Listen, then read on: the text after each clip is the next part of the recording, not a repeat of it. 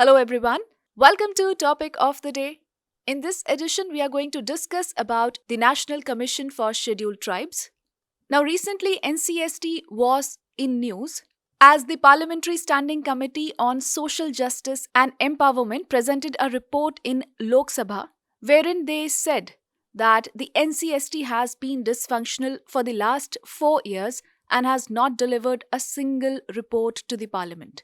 Let us discuss about the National Commission for Scheduled Tribes. It was established by amending the Article 338 and inserting a new article, that is 338A, in the Constitution through the 89th Constitutional Amendment Act of 2003.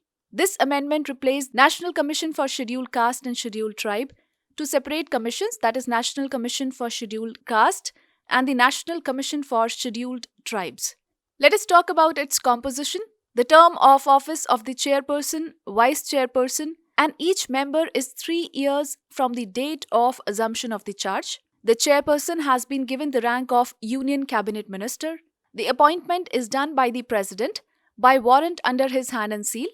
The chairperson, vice chairperson, and members hold office for a term of 3 years.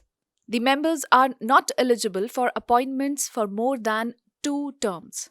If we talk about the duties and functions of NCST, it is to investigate and monitor matters related to the safeguards provided for scheduled tribes and to inquire into specific complaints relating to the rights and safeguards of scheduled tribes, to submit report to the President annually, to ensure full implementation of the PISA 1996.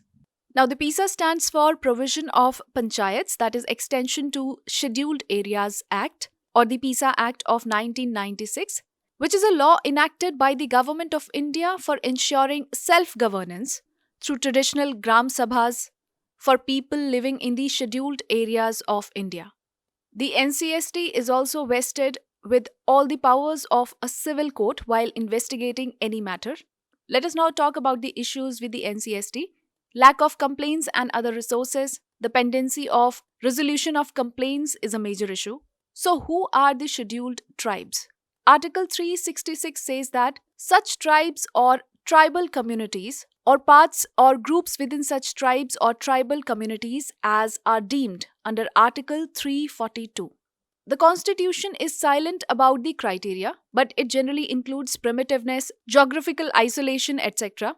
There are around 75 particularly vulnerable tribal groups who are characterized by pre-agricultural level of technology, stagnant or declining population, extremely low literacy, and subsistence level of the economy. According to 2011 census, tribals is 8.6% of our total population.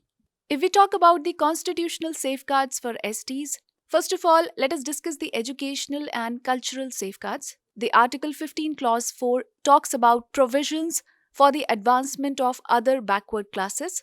Article 29 for protection of interests of the minorities. Article 46 talks about states' role in the interest of weaker sections. Then there is Article 350 that talks about right to conserve the distinct language, script, or culture. We have social safeguards. Article 23 that talks about prohibition of traffic in human beings, beggars, and forced labors. Article 24 talks about forbidding the child labor. Some of the economic safeguards include Article 244 states that the 5th schedule shall apply to the administration and control of the scheduled areas and scheduled tribes in any state other than the states of Assam, Meghalaya, Mizoram, and Tripura, which are covered under the 6th schedule.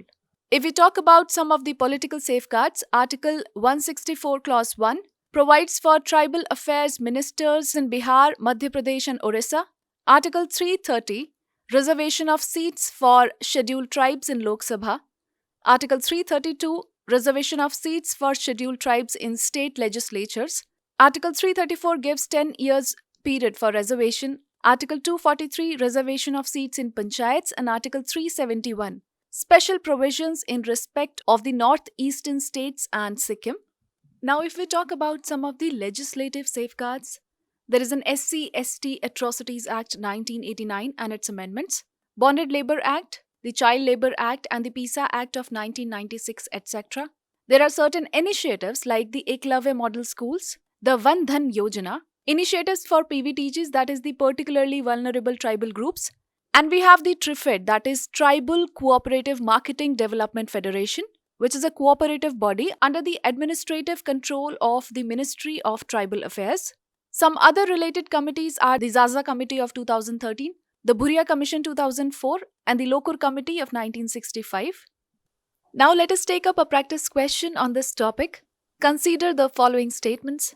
First, the National Commission for Scheduled Tribes was established under Article 338A of the Indian Constitution. Second, the National Commission for Scheduled Tribes is vested with all the powers of a civil court while investigating any matter. And third, the particularly vulnerable tribal groups, that is PVTGs, was created on the recommendation of Lokur Committee. Which of the given above statements is correct? You can write your answers in the comment section below.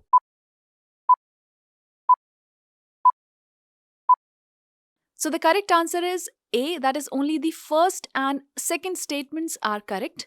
The third statement is wrong as the particularly vulnerable tribal groups, that is PVTGs, were created on the recommendation of Debhar Committee and not the Lokur Committee. So the correct answer is option A only. Well, this is a wrap of today's edition of Topic of the Day. For regular updates, you can follow us on our social media handles. To study these topics in detail, you can check out the Daily Current Affairs section on our website. And for more such videos, do stay tuned to the next IAS YouTube channel.